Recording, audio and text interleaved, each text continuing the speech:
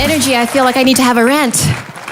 My world changed at university by this guy over here. And in a good way. So I'm trying to be cool, I'm trying to be hip, trying to, get involved in conversation. And, my friends talk about MJ. And I'm like, yeah, was that around the time he had the sex change? And they're like, what? Conversation stops. I'm like, he fell in love with that guy, became a woman, and then that didn't work out. Then he had another. Oh shit, no one's talking to me now. Like, where, what? That's why he keeps touching his bits, because he misses them. Because, the operation didn't work. And it's like, what did my brother tell me when I was a kid? And that was at uni, by the way. I had stored that information and used it when I thought it was appropriate. Trivia for me now is terrifying, because I don't know. I don't know what I don't know. And he denies all knowledge. He doesn't know. He told me that shit. I'm probably my revenge on his kids. So another way I realized I was kind of growing up was when I started to take Scully's side in the arguments. She will see the evidence and she'll experience it. There's an invisible man. No, it was gas. But here's the thing. So I know I'm kind of growing up, but here's the thing about the human mind. What the thinker thinks, the prover will prove. You think it rains every time you wash your car, you will find the proof that it rains when you just did. So, anti-vaccination, the end of the world, Nostradamus, you will prove your own theory. So I grew up to be a user experience designer. Anyone else? Woo! This is my mantra. I have to make it easy. I have to make it intuitive. But guess what? Intuition is freaking flawed, as I just started to realize when I read the literature. And I have a particular flaw. My bias. Here's my bias. Positivity bias. I'm supposed to be neutral as a researcher. I don't do neutral. I'm friendly. I want to know your story, and I'm going to cheer you up because you look down. And how's the system? Great. Yay. No. So how do I actually rein this in? How do I know? How do I learn what actually influences everything that we do? Let me tell you. Let me tell you. Okay, so you will like someone automatically if they share the same name as you. You're like best buds. You will like someone if they're kind of handsome. You will think they're honest. If they're tall, you'll think they have authority. They're probably going to grow up to be CEO. Check the number of CEOs, right? So here's a whole bunch of them. Don't even try to read it.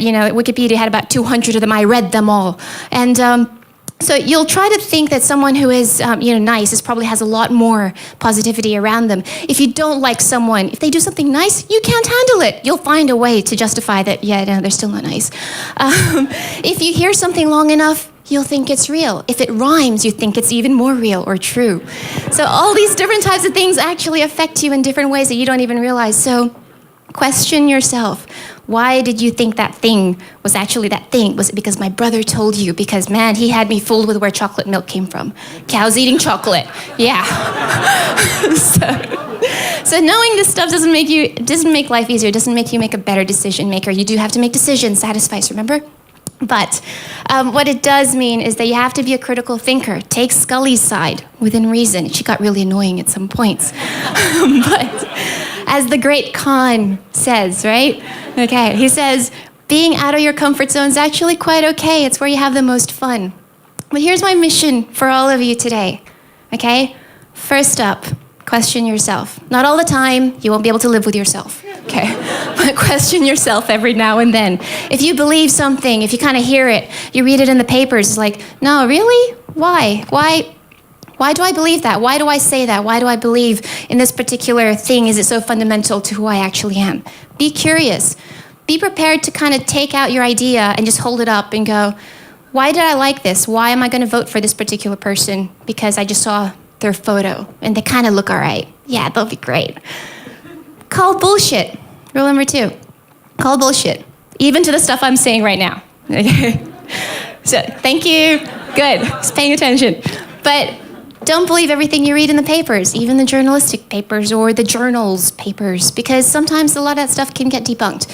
The purpose of an experiment is to disprove a theory, not to prove a theory. You have to be able to break it, right, before you buy it. So if you're actually reading something about that latest study or that, that one guy who survived, or, people are always going to be able to do it, think about where, ask for rigor, including from myself. And the third one is own it. Take your theories out, take your ideas out, check them in the sunlight, and then own it. If you know how you're being influenced, maybe you can turn that on someone else and positively influence someone else.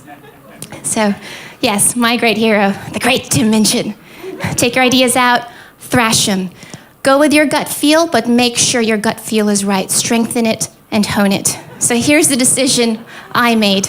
I'm Kim, and I choose to have a positivity bias. Thank you.